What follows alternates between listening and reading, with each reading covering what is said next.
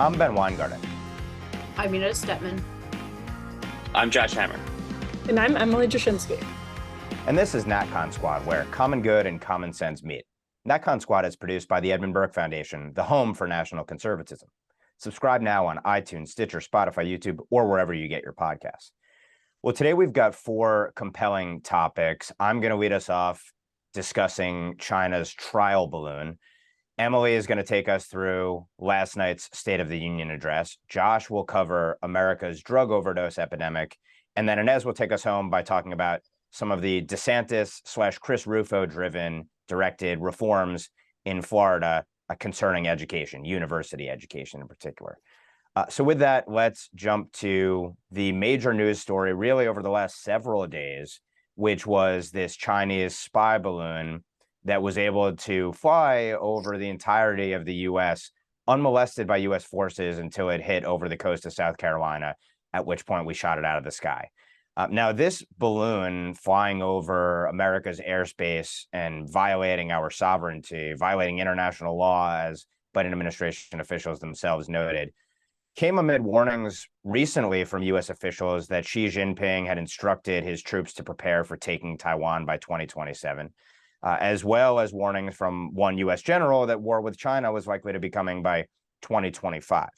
Now, to the balloon itself, first of all, it was laughable as Chinese authorities tried to claim this was a weather balloon that simply flew off course, which was essentially contradicted by everything that we know about its capabilities, the nature of the balloon itself, its size, past reporting, including reporting from the Financial Times that I thought was really interesting, that back in 2018, China had revealed that its military had used stratospheric balloons, which could be used actually to deliver hypersonic missiles.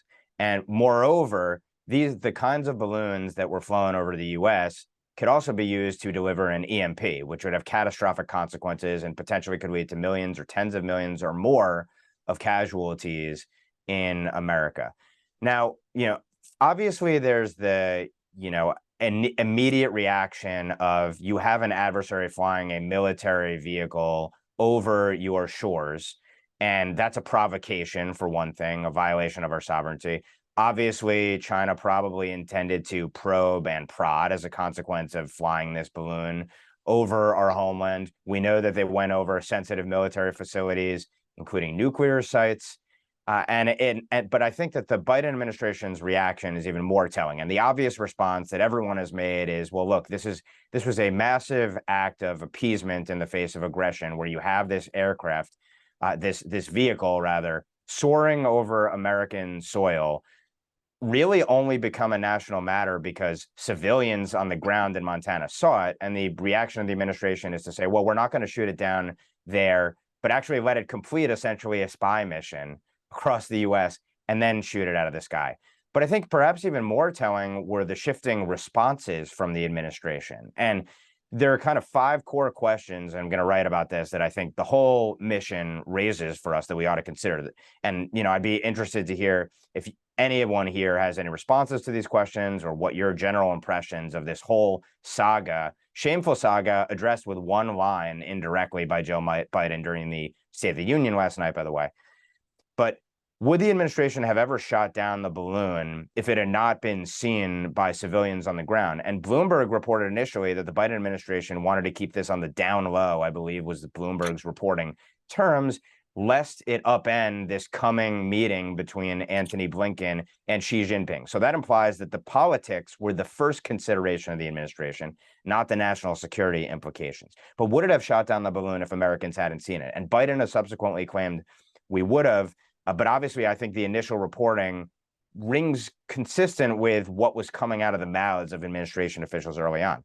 Now, why did the Biden administration let the balloon traverse the entire U.S. before shooting it down? The reason I think it's laughable that they claim to care about casualties here is that reporting or that sort of message from the White House came out when it was over Montana, one of the most sparsely populated states in the union. Meanwhile, we shot it down over the sea, which obviously leads to a massive area where debris could be located, probably arguably harder to recover that content and study it than if it had been done over, say, an open field somewhere or another open area of land in the U.S. Beyond that, what did General Milley know? When did he know it? And what, if anything, did he communicate to his Chinese counterparts? Huge question. Were these previous balloon breaches originally said to have happened under the Trump administration, which Trump administration officials themselves unanimously stated they had never heard about? Were those really undetected in real time or not? Or was information being concealed from superiors by subordinates, perhaps so as to not shake the administration into taking more provocative or aggressive positions with respect to China? Massive question. And last but not least, could the U.S. military have captured the balloon or otherwise intercepted and brought it down while leaving it unscathed, as opposed to shooting it down out of the sky, and thereby damaging it and creating this massive recovery effort? All questions, initial questions to my mind, but I'm interested to hear what yours are and what your impressions are as well. So a few thoughts on this. So first of all, when this story first broke, I did like a double take. I mean, the word balloon is just such an odd balloon to use to describe this sort of thing. And, because I'm an editor and I work in the English language, this is kind of borderline conspiratorial, but I couldn't help but think that the commentary of the chattering classes kind of throwing out of the word balloon was maybe kind of an intentional effort to try to make Americans think that this was less insidious than they otherwise might have thought. I mean, it just connotes like a much lower degree of kind of worry than if they called like a spy ship or a UFO type of thing or something like that. I mean, again, that's like borderline conspiratorial, but that was one of my first thoughts when this story first started to break. Another thing that I thought a lot about was, initially when those residents in Montana, I think, were kind of the first ones to report to their local newspaper, as Ben rightly says, I mean, if the local residents hadn't seen this literal UFO, unidentified flying object, flying at 60,000 feet altitude with the naked eye, if they had not reported, then who knows if we would have ever learned about this. But initially, after those first local papers kind of got this story out there, the line that we heard from the U.S. military's spokespeople was that they couldn't shoot it down because it might risk debris on the ground. I simply do not believe that. I mean, I literally do not believe that. I mean, this country put a man on the moon, 50 plus years ago now, and we can't shoot an airship, like a literal kind of floating thing at 60,000 foot altitude safely out of the sky. I mean, it just beggars the imagination. I mean, missile defense is a real thing in today's day and age. Look at Iron Dome in Israel. They're literally intercepting rockets and safely landing them in abandoning fields. And we can't shoot, the most advanced country in the world can't shoot this thing down safely over sparsely populated Montana, Wyoming, Dakotas, Idaho, whatever. I mean, it literally just does not make sense. And I'm almost certain that we were being lied to. I guess the final thing that I'll say, we have a really nice piece up at Newsweek from our friend Paul DeQuina of the Palm Beach Freedom Institute. And what Paul does is he spends kind of the first half of his op-ed kind of drawing a very kind of colorful parallel between a somewhat similar incident that happened in the Soviet Union in 1987 when a young 18-year-old West German pilot by the name of Matthias Rust, he flew kind of a single-engine Cessna, and he basically went to Helsinki, Finland from West Germany, and then continued into Moscow. And the Soviets knew that this little German guy was in this stupid little plane. They didn't do anything. And they didn't do anything so much so that Rust, he landed the plane on a bridge like a mile or two from Red Square. And he ended up getting 4 years sentenced in prison in some gulag, served like a year and a half. The point is that the fact that the Soviets did nothing, this is kind of 1987, Gorbachev is well into his reforms, was considered to be a major blight in a declining late stage empire. And, I'll leave the viewers to kind of draw their conclusions from there. Well, and the Washington Post reported this week, and always have to be wary of American intelligence sources these days, as we have learned the hard way, but that this is part of a broader surveillance campaign on behalf of the People's Liberation Army. And that's, I think, some of the big story right now about this to me is all of the open questions. Ben listed some of them, but why is it the case? We still do not have a good answer for why it's the case that the Biden administration is saying this happened under Trump. All of these Trump administration officials, everyone from Keith Kellogg to Rick Grinnell, is coming out and saying, we had no idea about any of this. If it happened, we weren't briefed on it. There's tons of officials who have now come out and said that. So just what they knew when this was crossing into our airspace, before it was crossing into our airspace. So many open questions about the decision to wait until it had already surveilled all of these military sites. It took the exact path that you would take if you were trying to surveil military sites. So I mean, the big story for me is just how many questions remain about the way we handled this going forward, because it just makes absolutely no sense. And they're able to hide under the cloak of intelligence and military intelligence and all of that. But just on its face, it seems very, very weak. It seems to be projecting more weakness than anything. And it seems that we lost the upper hand in this particular skirmish. But I'll toss it to Inez. Yeah, I know we're wrapping up this segment in terms of time, but just one or two thoughts here. One, Josh is exactly right. Clear fields are such a hard commodity to come by in Montana and Wyoming, right? Like this is just really blatant lying. I don't even think we need to sort of do the hedging that we normally do, because some of these stories are complicated. This is an obvious lie from the administration. This is not why they didn't shoot it down. To the extent that Joe Biden talked about this again, and I think we can transition into the next segment to talk about the State of the Union with Emily, but it really struck me how unserious the State of the Union was. And that's not a unique thing. We have had unserious politics for quite some time. But yeah, the fact that this and generally our posture towards China garnered maybe 2 sentences in this very long speech.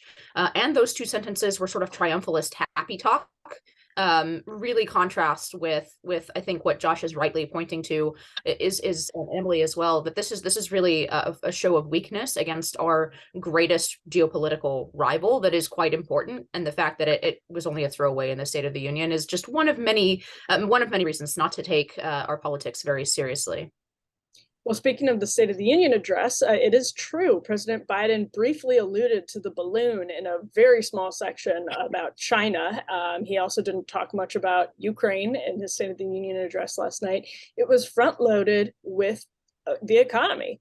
There was a lot of Buy American. There was a lot of reference to his, quote, Republican friends. There's basically nothing on immigration and the border. It was also fairly light on culture issues, just a brief section on Roe v. Wade, which was the predictable pro-abortion nonsense, and a mention of young transgender people. Again, it was brief. It was mentioned, and I think that's still important, but it was brief. This was a speech that was focused on Biden sort of trumpeting his perceived accomplishments. He has passed lots and lots of legislation and lots of spending, and so I think there was a line where he mentioned, maybe people aren't feeling it all yet because the Inflation Reduction Act, some of it didn't go into effect until January 1. So there was an optimistic tone. It was heavily focused on the economy. There were interruptions when he talked about fentanyl. For instance, Republicans, I think Marjorie Taylor Greene and some others stood up and basically started saying, the border, which is not a subject that Joe Biden addressed. The pundits afterwards were very upset about decorum.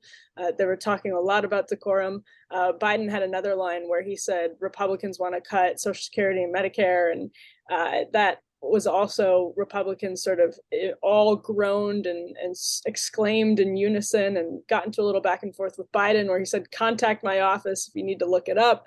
And that was also, a moment for him where he felt, you could tell he felt he had a little bit of swagger.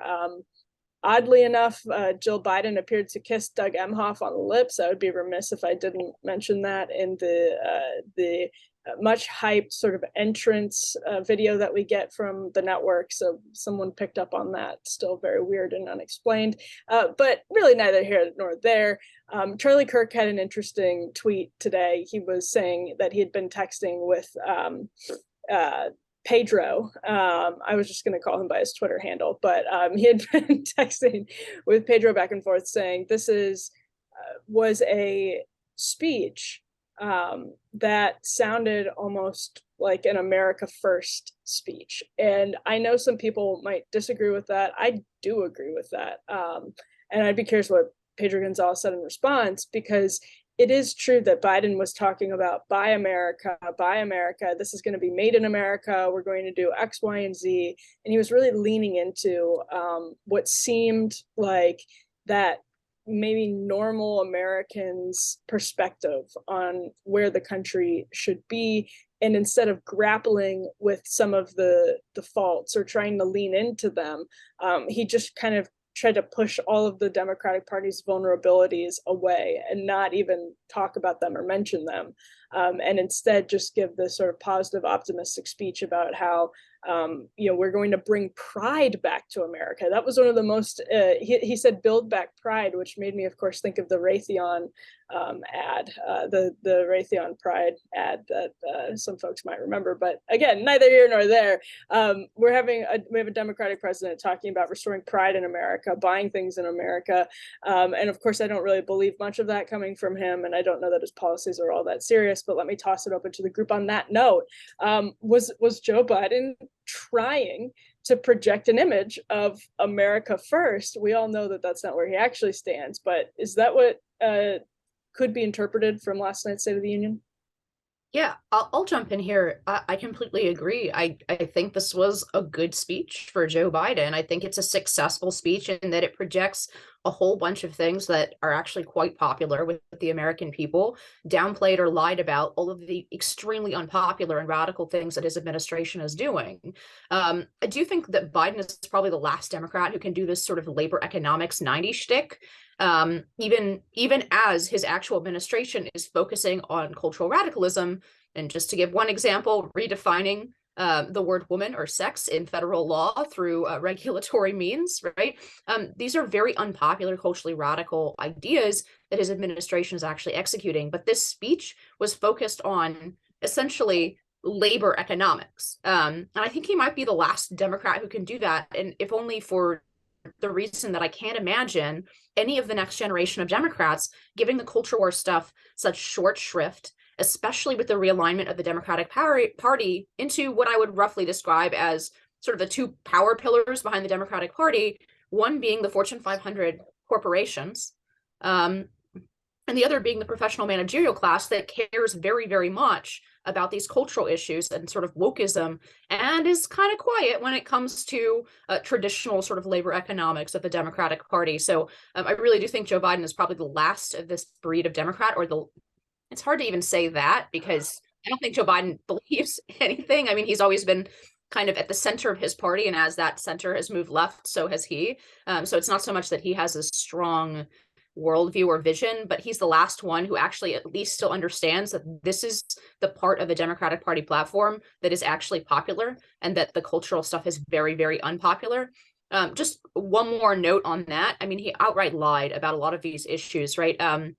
He said, for example, that the crime spike is due to the pandemic, and then he swiftly transitioned into a very moderate seeming talk about how we need to make some reforms to the police, no defunding the police here, but like the police are generally good people, right?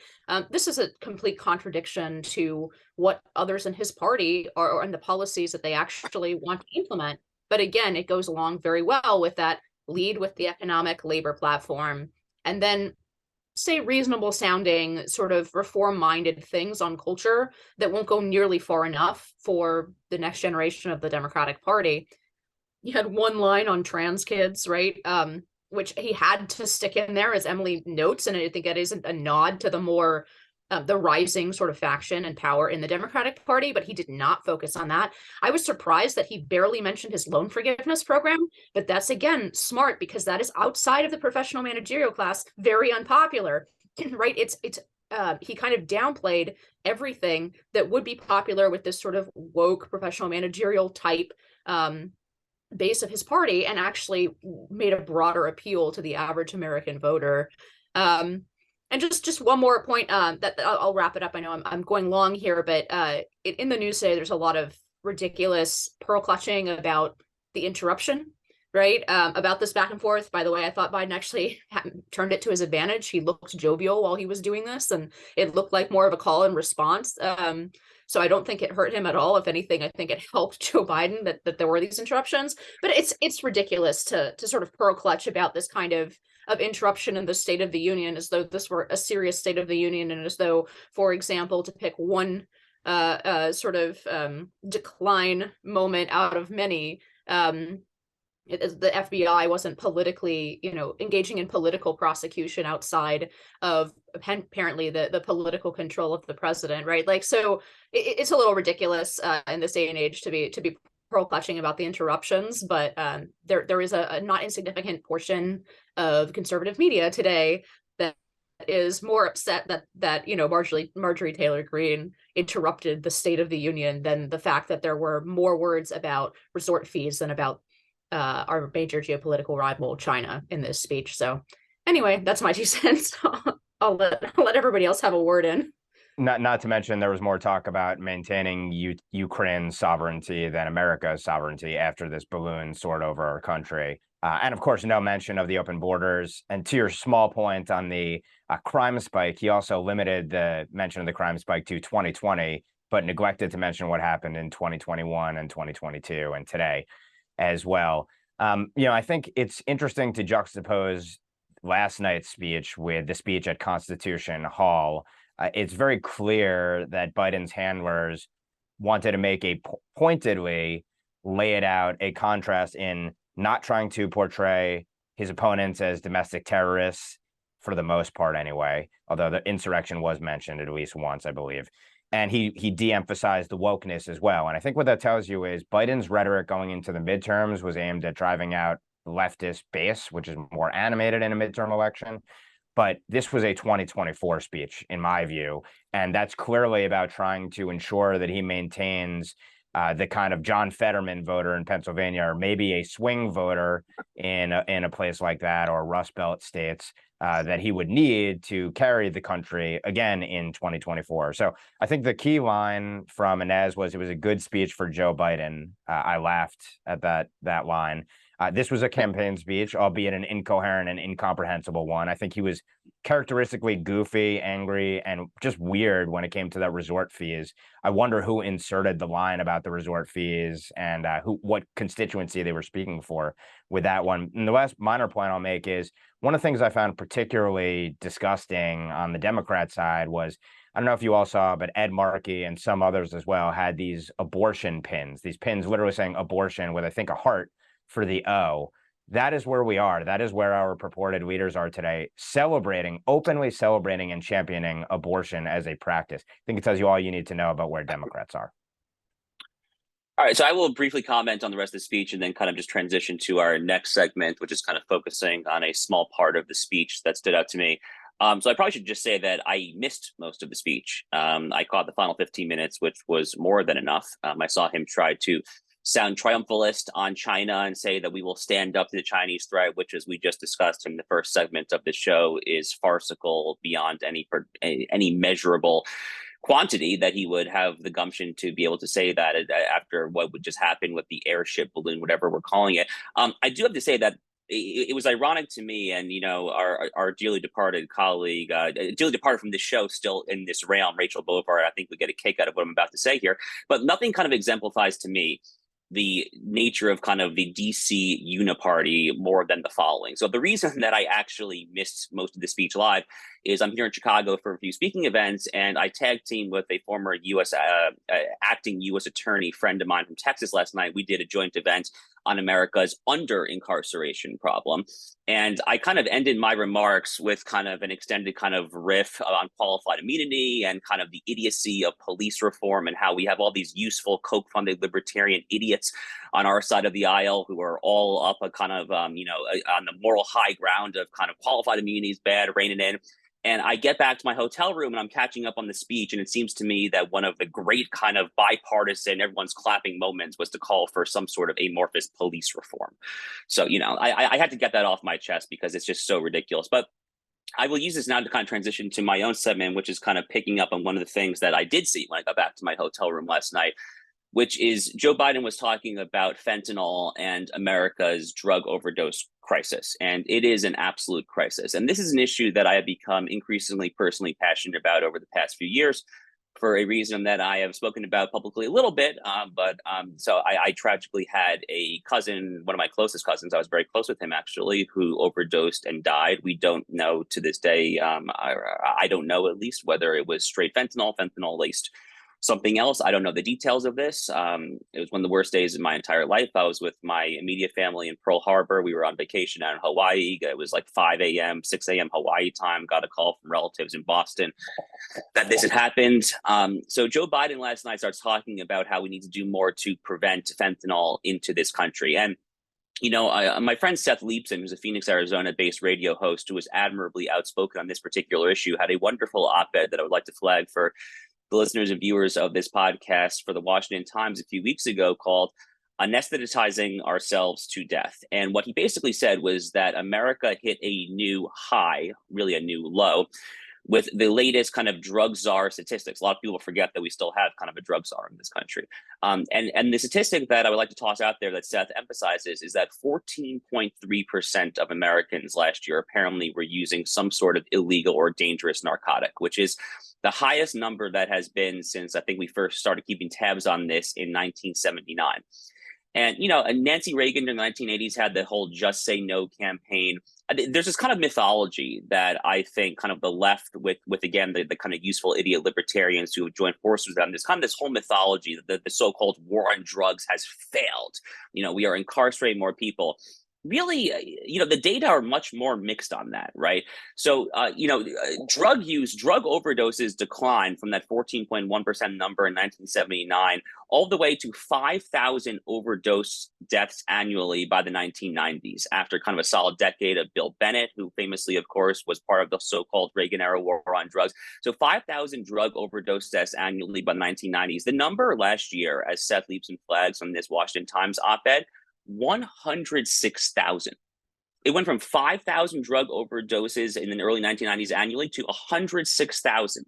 If you divide that number by 365 days of the year, it's nearly 300 people. There is basically a mid-sized airplane crashing every day of disproportionately young people dying when it comes to this crisis. And Joe Biden, to his credit, talks about it.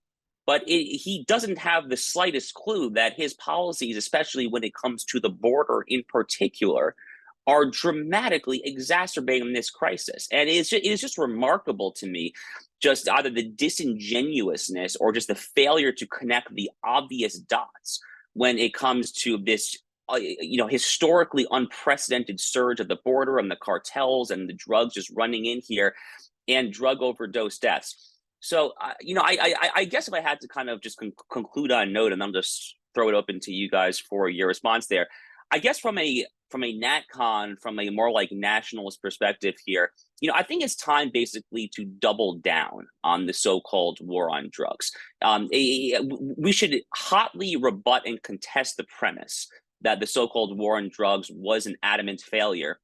And I think the natural corollary to that is that we would do well to kind of directly connect border security to reining in America's catastrophic drug overdose epidemic. Border security is important for many other reasons, obviously. It's not just important for this reason, but if there's one policy that I think you could do to try to get these drug numbers down, it would be just getting the freaking cartels out of this damn country. So I'll get off my soapbox on that note.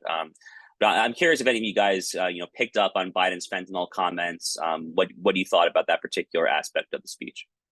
Well, I think it's incredible to mention fentanyl and not have a serious border policy. I mean, it is just one of the most disgusting, just cynical things a politician can do at this point, because now cartels have discovered that they can basically manufacture fentanyl. They don't even need to ship fentanyl from China. They may still need to ship some of the precursor chemicals to it, but they don't even need to ship the fentanyl directly into Mexico. They have learned how to manufacture fentanyl on their own, and every single person that is being shepherded, actually that's the wrong word, herded like cattle up through Central America and to America's southern border because they know they can get in. Maybe it'll take some time and some logistical pains and some sleeping on the street, but they know ultimately their odds of getting in are extremely high. With every single person, they are lining cartels' pockets. The cartels are exploiting desperation. And for Joe Biden to talk about fentanyl and not talk about how many of these migrants are blackmailed into bringing fentanyl into the country before and after, as they're crossing initially, and then after they're crossing. I mean, it's just completely cynical and disgusting, because that is frankly how fentanyl is getting into the country. And the last thing I'll say is one discordant note. I think Biden did give a good speech. I think Inez is right, but there was really nothing about technology in general. He had a great line that I think he's used before about ending Silicon Valley's long experiment on American children. Great point. But in general, we do have a huge spike in overdose deaths and using, specifically because there is an anesthetization of life available to many people, as Josh said, and people are in pain even though they're living comfortably. And that's something that hasn't totally crept into the political discourse yet, that I think really should be dealt with, and nobody's picked up on it. You hear a little from JD Vance and Josh Hawley, and that's promising, but I think discordant probably to a lot of millennials and Gen Z people who just, it doesn't even that normal sort of buy American, build American thing doesn't relate to their American experience right now. Yeah, just a few points. One, to Josh's point, the 1994 crime bill was extremely popular. The disparate sentences for crack versus powder cocaine were extremely popular, actually, with the Black community. And now we talk about all of these all of these war on drugs kind of policies as though they had no antecedent, no purpose, and no efficacy. While there were some things that I think were very ineffective about the war on drugs, actually, some of the things were quite effective, and we should be not afraid of looking at them and not buying into a leftist frame about some of these bills and these tactics that were used during the last major drug epidemic period of the United States, which is the late 1970s into the 1980s. Another sort of unfortunate point to throw in, yes, it's very important. Obviously, the trafficking, everything that Emily just laid out about the power of the cartels is definitely true. There is a bit of this epidemic taking on a life of its own, though, because this drug, fentanyl, is so potent. It's going to be very, very difficult to stop it. We can maybe make a dent, but it's going to be very, very difficult to stop it from coming into the United States, because a pocket full of this drug is enough to overdose a city, right? There's a physical sort of element to this that you don't need very much. You don't need to make very much, because this thing is so incredibly strong, which is also why it's causing so many overdose deaths. And I think it's very odd that we almost never talk about this, but it's pretty clear to me that the Chinese government sees this as vengeance for the opium wars, that sending fentanyl to the United States and starting this kind of epidemic in the United States fits very, very much into how they think about their history with the West. I just never hear anybody talking about or making that point, which I think is kind of odd. And then finally, I agree with Emily. I do think we are sort of grappling with a sort of Nietzschean or Dostoevskian problems now in sort of what might be called the end point of modernity. I think we're grappling with a lot of those same problems with regard to the MAID program in Canada, and then also in, of course, France, Belgium, et cetera, and in 10 US states. I think a lot of these questions are more existential. They are pre-political.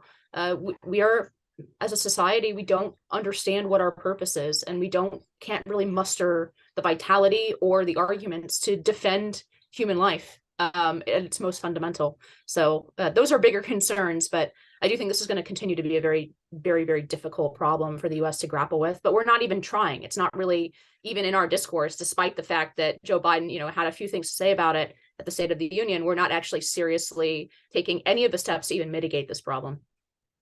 So I'll be really brief. This is an incredibly damning issue for Joe Biden, because, as has been elucidated here, the key elements of the fentanyl crisis, in terms of the supply at least, are one, open borders, and two, China. Two issues where Joe Biden is totally derelict. China being, by the way, at least historically, the primary producer and exporter of fentanyl and illicit fentanyl. Beyond that, I think you have just a numerous events and trends that all are kind of coming together here and fueling mass death in America. So you have, generally speaking, down to marijuana itself, substantially harder and more addictive drugs than we've ever had before. Then you also have a more permissive culture that encourages essentially people killing themselves, in many cases in taxpayer-funded ways, where you have these so-called safe spaces for drug usage subsidized by all of us. Then when you add on top of it, of course, the collapse of the family, decline in faith, and the like, it's a perfect storm that is coming to its worst kind of fruition under a Joe Biden administration, which again is totally derelict on the main contributors to the scourge of the fentanyl epidemic. And with that, I turn it back to Inez. Yeah, I'd like to use my segment this time to talk about some developments that happened in Florida in the education space immediately after we recorded our last episode. So I was just kicking myself that I couldn't talk about it in the last episode, so I want to talk about it now. There's some really exciting developments in Florida, in key part, the appointments of Christopher Rufo, Matt Spalding, and a few other conservative stalwarts to the leadership of the new College of Florida. And this in itself might just be a generator of hilarious videos where you have, Chris Rufo calmly telling a 65-year-old administrator, vice president, whatever, that she's completely hysterical just upon hearing that any of Chris Rufo's views. I mean, it's embarrassing that our society has gotten to the point where this woman, 60-something-year-old woman, thinks like it's not embarrassing to her to behave like a toddler when having a political discussion. But that's neither here nor there. I think it represents something very important about the blueprint going forward, the plan going forward, that gives me, honestly, is kind of the only thing that gives me much hope about our politics. And that is this very direct application of political power to institutional strongholds of the left in Florida. This appointment is obviously a political appointment. It's a power that the governor has, but has never actually been used in this way to just recognize what universities actually are. The ground zero, essentially, for training leftist activists that then go out into all these other institutions, whether it's the DOJ or FBI, or whether it's the Fortune 500, right? But to actually directly challenge leftist power, not in this kind of flaccid way of having, let's appoint one conservative professor and create a little studies center within this leftist hegemony, but actually to use political power to appoint people who will start to dismantle that culture and that power within the university. I think that is very encouraging, especially as it comes after immediately after rejecting the AP African American Studies AP exam and curriculum guide in Florida, which forced College Board, which is a very, very woke organization, to reformulate the test. It looks like they're going to have to bend to Florida's legitimate application of political power, saying, yeah, we're fine with African American studies, but that's not what this is. This is CRT. This is liberal ideology. Come back to us with real history, and we'll happily have your test. Again, the application of political power, and rejecting the idea that it's somehow illegitimate for the right to use that kind of power when the left has been using it for 60 years. Eliminating by law DEI bureaucracy funding for universities, smart reforms on tenure. There are many dumb reforms on tenure that will actually backfire on the right, but this is done in a smart and good, forward-thinking, strategic way. So I think this is a really hopeful blueprint for education, especially higher education. And I just also want to note that, of course, there were a series of attacks. Anything that's actually successful on the right will garner the sort of sniping attacks within the right and the center left. Here, one of the main critics was Steven Pinker, who's sort of a left liberal. And these attacks are just as incoherent as when they were mocking that, one nut-picked Tea Party guy who had the sign that said, "Get your government off my Medicaid." This is a public institution. It is supported and governed by the laws of the citizens of the state. There is nothing illegitimate about setting curriculum, and it's no more sort of illiberal. We can talk about whether it needs to be liberal or not, but even within the conception of liberalism, this would have been a completely ordinary application of power in any other circumstance. And just to flip it around, the people who say that, for example, Ta-Nehisi Coates or Ibram Kendi will be banned if their books are not part of the curriculum in a public university. Well, then Thomas Sowell is banned now, right? This is an absurd way of thinking about politics and liberalism, and frankly democracy. This is well within the power of the political power as appropriately used by a state, and it gives me a lot of hope, honestly, to see a Republican governor. My only question here is, why doesn't every Republican governor do this? This is an incredibly forward-thinking and strategic set of policies that I would like to see every Republican governor adopt. And with that, I'll throw it out to everybody. Yeah, so I mean, like, I agree with every word that Inez said. I really don't have a whole lot to add, to be honest with you. I mean, yet again, Governor DeSantis kind of shows the way forward. I mean, he's very good at this. If you haven't picked up on it by now, but this is literally the playbook. Is as Inez correctly says, is eschewing this reluctance that Republican elected officials have had for so long to actually use the power, that the people who elected you have vested you with. And in this case, to use that power to reward friends, where friends here is defined as people who kind of view the country, who view civics, who view the founding, who view America, frankly, the same way that you do. So using political power to reward friends, to recapture institutions that have previously been lost to the Gramscian long march through the institutions, and in this particular case, trying to kind of change the direction for what I think Inez in the past has poetically referred to as one of my favorite things you've ever written, Inez, has referred to as madrasas of wokeness, which is very much what higher ed is these days. So I really don't have a whole lot to add. I agree with every word that Inez said here. This should be a fairly easy blueprint, by the way. I don't see what's particularly difficult, actually, about other Republican governors following on this lead here. One note of caution that I will say, I am very much rooting for this to succeed. I consider Chris Rufo a friend. Charles Kessler, Matthew Spalding. These are awesome people, frankly, that Governor DeSantis has tapped to kind of lead this new College of Florida reorienting crusade. The one thing that I will say, a note of caution, I did have one friend who was asked to be a trustee and thought about it and ended up declining, not because in any way he's not part of the mission or anything, but for the very simple and fairly kind of prosaic reason that Florida's so-called sunshine law, our law when it comes to transparency, when it comes to kind of government appointed meetings, is incredibly draconian, actually. And this particular person thought that it would severely impede the mission.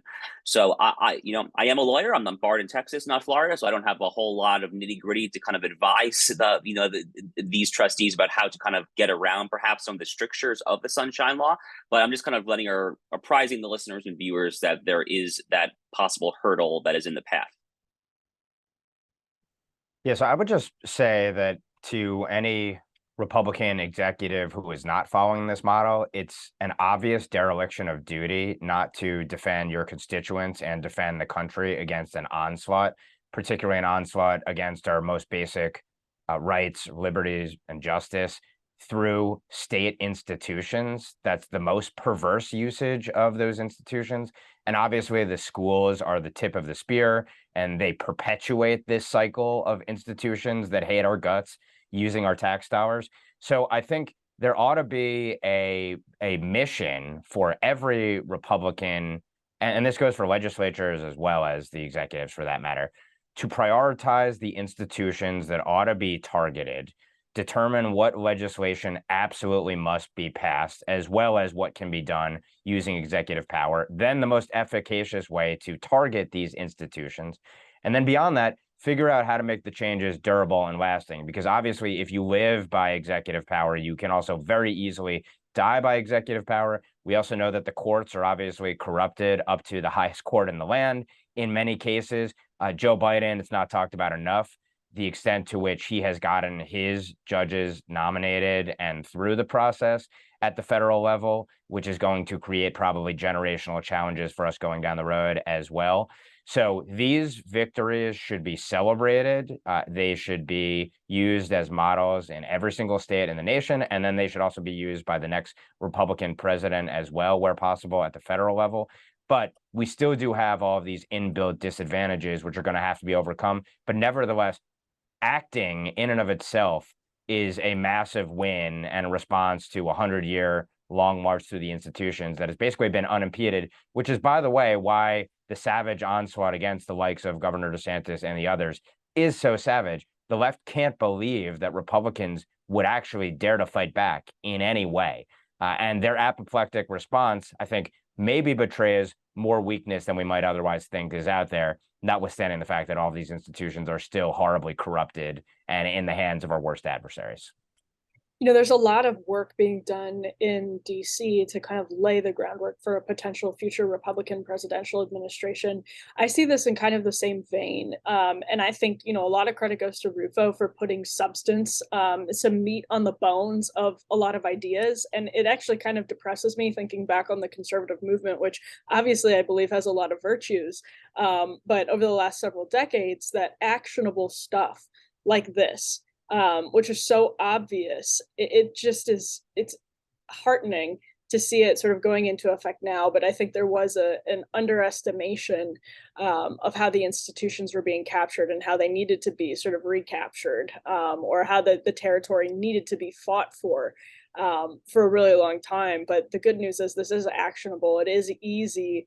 Just yesterday, Wall Street Journal had a story about something happening at Texas schools. And I think immediately, like after the story came out, it was someone from the National Association of Scholars wrote about how they were using or abusing, I should say, DEI types of criteria in interviews for like teaching assistants or faculty candidates. And I think like that was immediately investigated and looked into in Texas. Like this stuff is 14. It's often violates the 14th Amendment in a very clear and obvious way.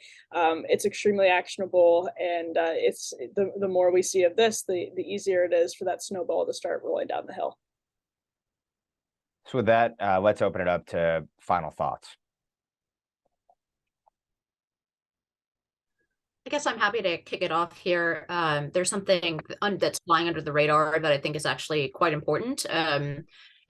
So last week we had a joint resolution, right, between actually Ariana Presley and Senator Ben Cardin in the Senate. They introduced a joint resolution declaring the Equal Rights Amendment essentially alive, right?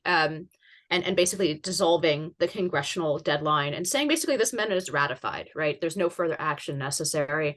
There's all kinds of political procedural issues with that, that will go to the courts about the length of time over which you can ratify an amendment. That, remember, most of the ratifications for this that fell short of the required 35 of those currently 38 quote unquote ratifications that activists are counting, most of those happened in the 1970s. And you have this huge gap, and you have a few states, 3 states, successively starting in 2017 ratifying this amendment. So there are all kinds of problems procedurally with this that will be fought out in the courts, but I still think it's really, really important to hit the substance of this. This will basically raise, in the most conservative interpretation, actually, there's some worse downstream effects, but in the most conservative interpretation of this amendment, it'll raise sex discrimination to the same high scrutiny as race discrimination is under the Constitution, which is just going to be a disaster. So think about everything that we're currently fighting about with trans-identified males coming into women's locker rooms, moving into women's prisons. There have already been assaults in women's prisons by males who have been moved there, right? All of these kind of the 200-meter butterfly and Leah Thomas, well, under the ERA, William Thomas he doesn't have to identify as anything. The only thing that keeps men off the women's swim team in a public university is a discrimination on the basis of sex. So unfortunately, our Supreme Court precedent is already quite expansive on sex discrimination under the Equal Protection Clause. I would like to see some of that rolled back, and I'd frankly like to see sex dropped from civil rights law. I think it's totally inappropriate. It was initially a poison pill for civil rights law, and then it passed anyway.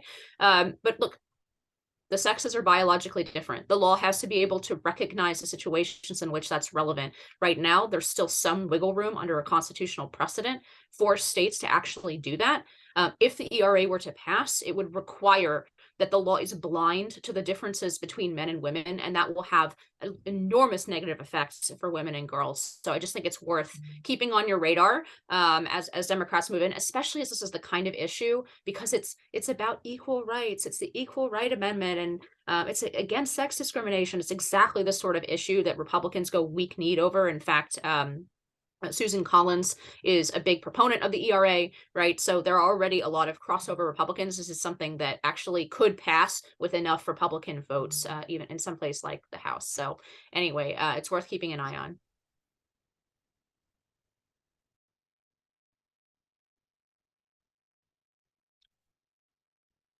All right. Well, I have like a super niche, like in the weeds kind of final thought that I was kind of waiting if someone had something a little like timely or more topical.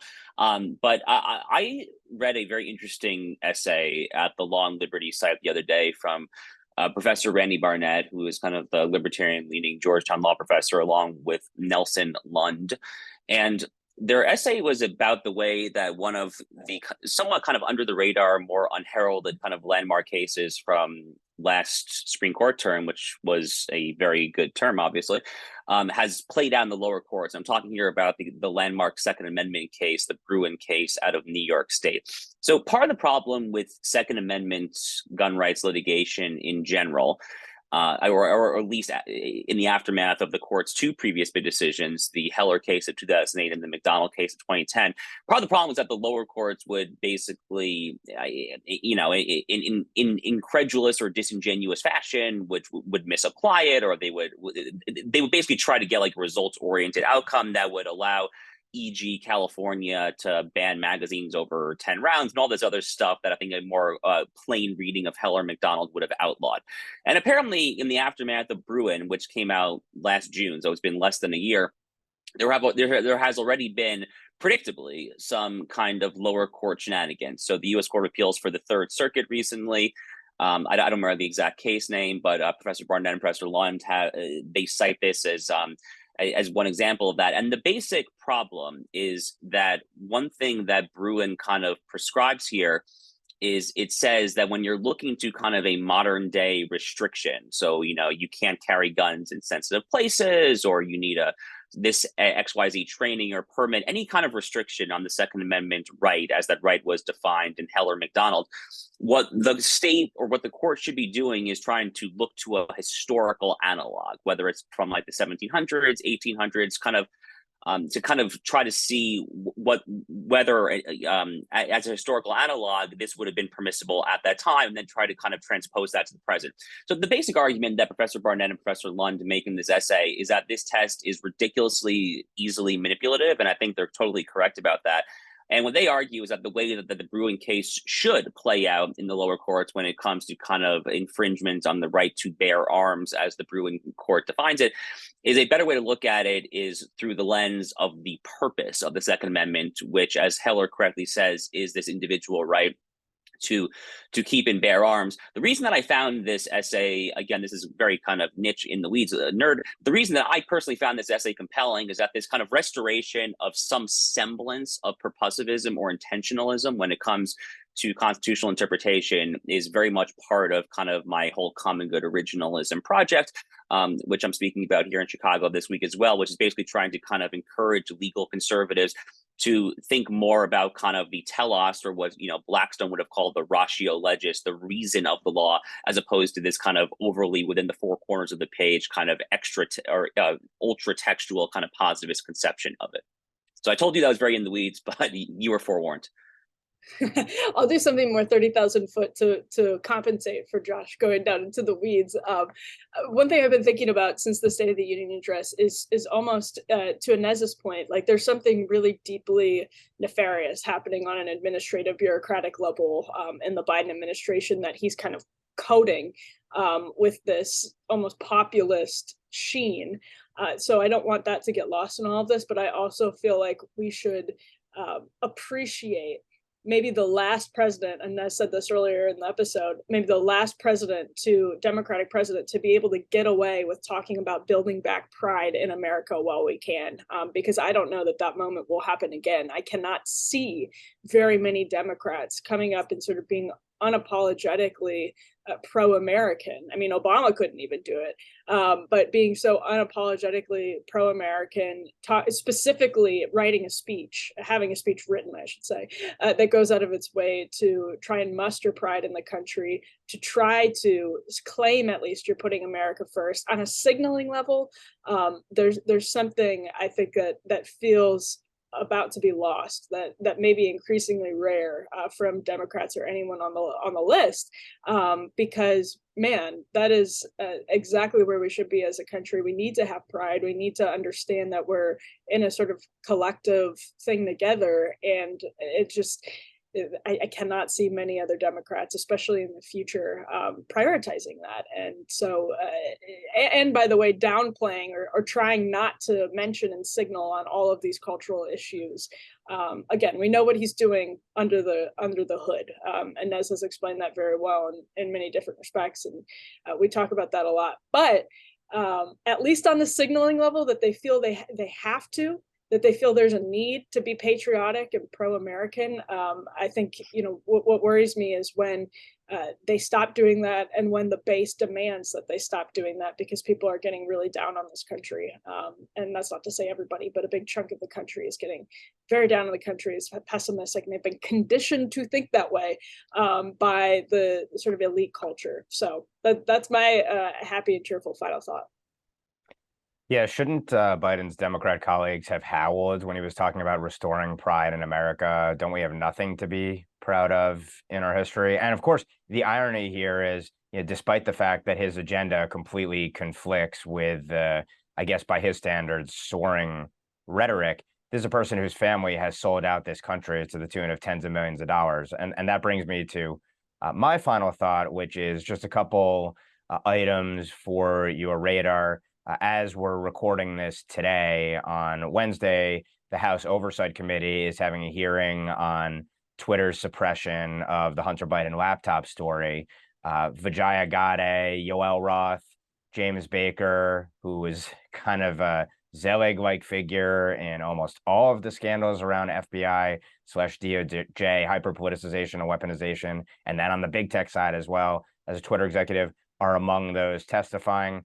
As I kind of tweeted about this in real time as I was watching it earlier this morning, I think we're going to see in these hearings a lot more revealed about the anti-speech/totalitarian nature of our elected representatives who have helped create a censorship regime through the use of assets like Twitter than we'll learn perhaps about kind of the fascistic element of Twitter working with the government hand in hand to effectuate that censorship regime.